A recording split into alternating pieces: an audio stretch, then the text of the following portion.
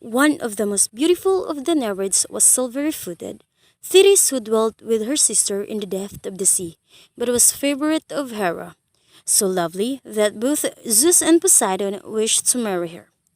But the oracles declared that her son would be greater than his father, and she was therefore given a marriage to a mortal, Peleus, king of Myrmidons, of Phthia and Thessaly. To marriage festival in Peleus and Thetis came the gods, but there is one goddess who had not been invited. It was Eris, the goddess of discord. While merrymaking was at its height, she suddenly appeared and threw a golden apple from the garden of her paradise and labeled it for the fairiest. A contention arose as to who should have the apple except Hera, Aphrodite, and Athena. They asked Zeus to settle the dispute, but he declined to do so. Troy was a city in Asia Minor founded by Dardanus. Priam reigned over Troy. He had been married twice and had 50 sons. Two of them were Hector, the noblest hero, and Paris, who destined to cause the destruction of his people. The three goddesses told Paris to decide who among them was the fairest. Athena assured him wisdom and respect from everyone. Hera promised him a great power and happiness, but Aphrodite promised him a beautiful wife and he handed the apple to Aphrodite. There is no doubt that the most beautiful woman was Helen, the daughter of Zeus and Leda. Paris reminded Aphrodite of her promise. With the help of goddess, Helen eloped with Paris and paired returned to Troy. Odysseus married to Penelope, cousin of Helen, and born a son named Telemachus. Odysseus was a wise man who proposed all the suitors of Helen to take a solemn oath, and pledging themselves that if everyone molest either Helen or her husband, they will help to punish the aggressor. Many things delayed them, one of them strangely enough being unwillingness of Odysseus to keep his pledge. The Greek leaders sent Palamedes to persuade Odysseus. An oracle had been declared to Thetis that her son would fall in the war against Troy. She was anxious to avert this doom for her son. She tried to save his son by dipping him in the river of Styx.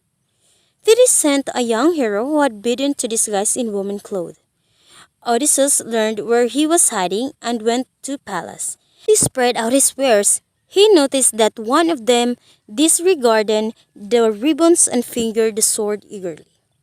Oracles declared that Artemis would not be satisfied until the Agamemnon's daughter, Iphigenia, was sacrificed upon the altar.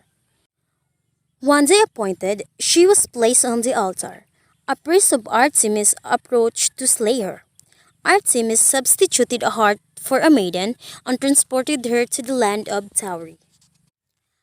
Among those who at this time came to assistance of the Trojans was Penthesilea, queen of Amazon.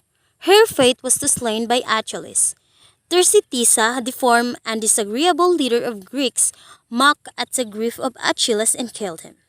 When Achilles fell his body, he rescued by Odysseus and Ajax. Thetis directed the Greeks to give his son's armor to Hero. When Ajax heard it, he went mad. He sought everywhere for Odysseus that might slay him. Athena protected the Ithacan hero and turned the insane rage of Ajax. The Greeks now used poisoned arrows against Trojans. Helen married his brother Deiphobus. One night, Odysseus and Diomedes entered the city in disguise and carried Palladium. The Trojans saw with wonder. The tents were struck, the ship made ready, and supplies gathered together. A priest of Poseidon named Laocoon angrily addressed them and urged to burn the wooden horse. "It surely is some trick of the fool," he said. "I fear Greeks, even they came bearing us." At these very words, there came from the sea two immense serpents.